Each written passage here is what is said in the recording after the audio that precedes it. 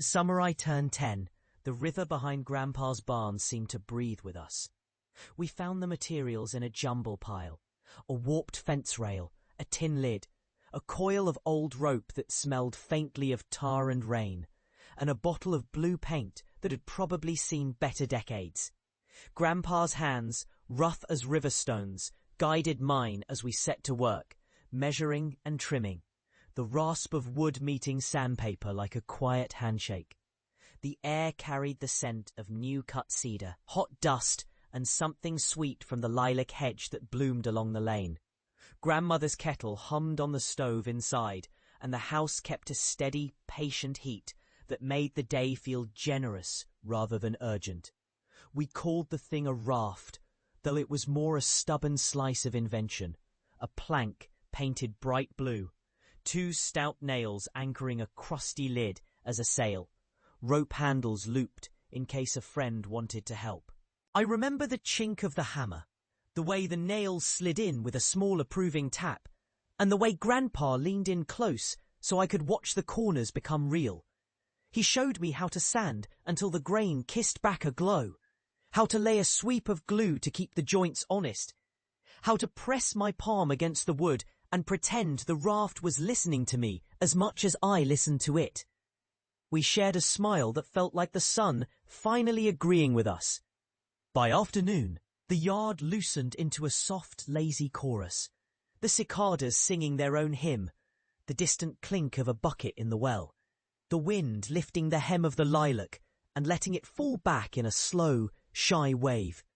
We carried the raft to the far edge of the yard, where the grass gave way to reeds and the creek sang faintly over stones. The current was not dangerous, just earnest, the sort of water that reminded you to stay calm and breathe slowly. I slid my foot into the water and felt the coolness rise up my ankle like a small, grateful hand. Grandpa set the raft afloat with a gentle push, and for a moment it rode the gold-burnished sunlight as if it had always known how to answer the river's call. The first push of the current sent a quick thrill through me, a flutter that spread from my chest to my toes. We shouted with that bright, careless joy kids have when the world suddenly feels possible. The raft answered with a proud wobble and then settled into a steady drift, gliding past beds of reeds that bent like soft green questions. The river, which had always seemed so wide to my 10-year-old eyes, now felt more like a listening friend. Distant laughter rose from the village, the bells of a church somewhere calling the hour. The chime sounded not far from the sound of the water, as if memory itself were tolling a bell just for us. We didn't chase the boat with urgency. We followed the river's rhythm, which was patient and wise, as if it knew every future and every mistake could be washed clean if you gave it time. The raft found a snag in a stand of cattails, and for a moment it hung there, a blue memory caught on green. Grandpa told me to keep still. We coaxed it back with careful hands, and then it slipped free and drifted toward a bend where the sun lit the water like a held breath. When the raft finally disappeared behind the last curve of the marsh, we stood quiet for a long heartbeat, listening to the heartbeat of the river. The day's laughter faded into the soft hush of late afternoon, and I felt a certainty settle in my bones. Every effort leaves a trace, even if you can't see where it ends. That evening, the house grew warmer as the sun sank behind the corn, and the kitchen filled with the smell of bread and lemon zest. Grandmother's voice, steady and bright, braided stories of her own childhood with the clink of cups and the clatter of utensils. The old kettle hissed, a small, affectionate complaint, and Grandpa unscrewed a jar of honey from the cupboard, its golden glow catching the light and making him look younger for a moment. We ate bread still warm from the oven, and butter that melted on the tongue like sunlit snow. The raft had become a whisper of colour in the memory blue against green. A little ship that didn't sail to a place, but toward a memory I would carry forever. In the quiet that followed, I learned something larger than the success of a crafts project or the thrill of a first venture. Grandpa didn't promise me triumph. He offered the chance to try, to work with hands that knew how to fail gracefully, and to share the result with others who would treasure the try as much as the outcome.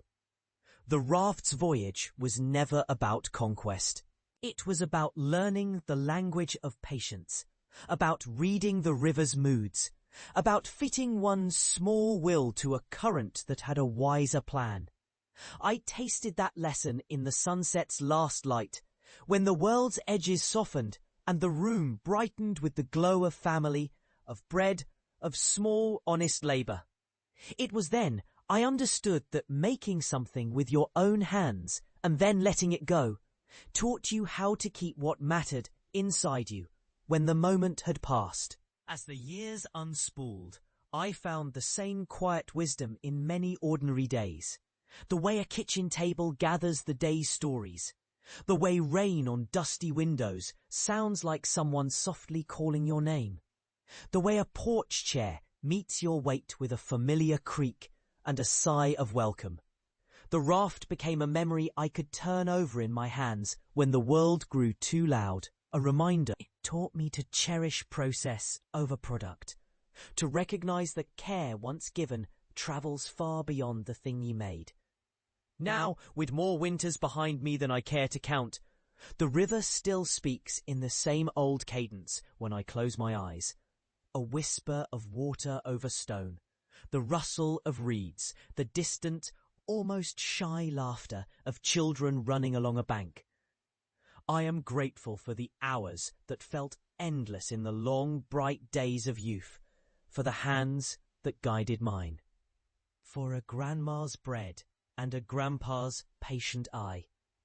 If there is a clock still ticking in me, it keeps time with that river, not racing toward an end, but carrying small moments forward, one after another, into a life that has learned to measure its own worth in tenderness rather than triumph.